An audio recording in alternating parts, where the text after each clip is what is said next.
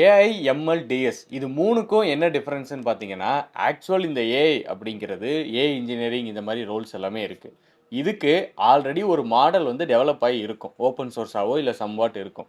அந்த மாடல யூஸ் பண்ணி நம்ம ஒரு அப்ளிகேஷன்ல இன்டகிரேஷன்ஸ் பண்றது, இல்ல new features AI features develop பண்றது, இந்த மாரி ஒர்க் அதாவது ஒரு விராப்பர் கிரியேட் பண்றது தான் இந்த ஏஐ இன்ஜினியரிங்.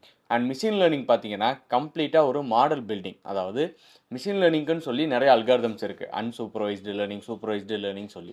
அத வச்சு பிசினஸ்ஸுக்கு தேவையான மாடல்ஸ நம்ம பில்ட் பண்ணுவோம். அண்ட் இந்த டேட்டா சயன்ஸ் பார்த்தீங்க அப்டின்னா, கம்ப்ளீட்டா அனலிட்டிக்ஸ்க்குள்ள வந்துரும். நீங்க ஸ்டாட்டிஸ்டிக்ஸ் இது எல்லாமே யூஸ் பண்ணி ஒரு டேட்டாவ அனலைஸ் பண்ணி அந்த பிசினஸ்ஸுக்கு தேவையான டிசிஷன் மேக் பண்ற ஒரு இன்ஃபர்மேஷன நீங்க குடுக்கணும். இந்த டேட்டா சயன்ஸ்ல மெஷின் லேர்னிங்குமே ஆட் ஆகும். நம்ம சம்வாட் ஏதோ ஒரு இடத்துல மெஷின் லேர்னிங் மாடல் யூஸ் பண்ணி தான் ஆகணும். ஸோ நீங்க டேட்டா சயன்ஸ் படிச்சாலே ஆல்மோஸ்ட் இந்த மெஷின் லேர்னிங்குமே நீங்க கவர் பண்ணிருவீங்க. அண்ட் அதுக்கு அடுத்து பார்த்தீங்கன்னா, டீப் லேர்னிங் அப்படின்னு சொல்லி ஒரு கான்செப்ட் இருக்கு. இதுவுமே மெஷின் லேர்னிங் இன்ஜினியர் அப்படிங்கிற ஒரு ரோல்குள்ளேயே வந்துரும். நீங்க மெஷின் லேர்னிங் வச்சு சால்வ் பண்ண முடியாத ப்ராப்ளம்ஸ் அது எல்லாமே நீங்க டீப் லேர்னிங் யூஸ் பண்ணி சால்வ் பண்ணணும். எக்ஸாம்பிள் பார்த்தீங்கன்னா, இமேஜ், ஆடியோ, வீடியோ இந்த மாரி டேட்டா எல்லாமே. ஸோ இந்த 3 ஸ்கோப்லயுமே நல்ல குரோத் இருக்கு நெக்ஸ்ட் 2 இயர்ஸ்க்கு. உங்க ஃப்ரெண்ட்ஸ் யாராச்சும் ஏஐ, எம்எல் படிக்கணும் அப்படின்னு சொல்லி சொன்னாங்கன்னா, முதல்ல அது என்ன டிஃபரன்ஸ் அப்படின்னு சொல்லி அண்டர்ஸ்டாண்ட் பண்ணிட்டு, அதுக்கப்புறமா அதுல கரியர ஸ்டார்ட் பண்ண சொல்லுங்க. அண்ட் இதே மாரி AI related content and core AI learn பண்றதுக்கு நம்ம பேஜையுமே மறக்காம ஃபாலோ பண்ணிக்கங்க.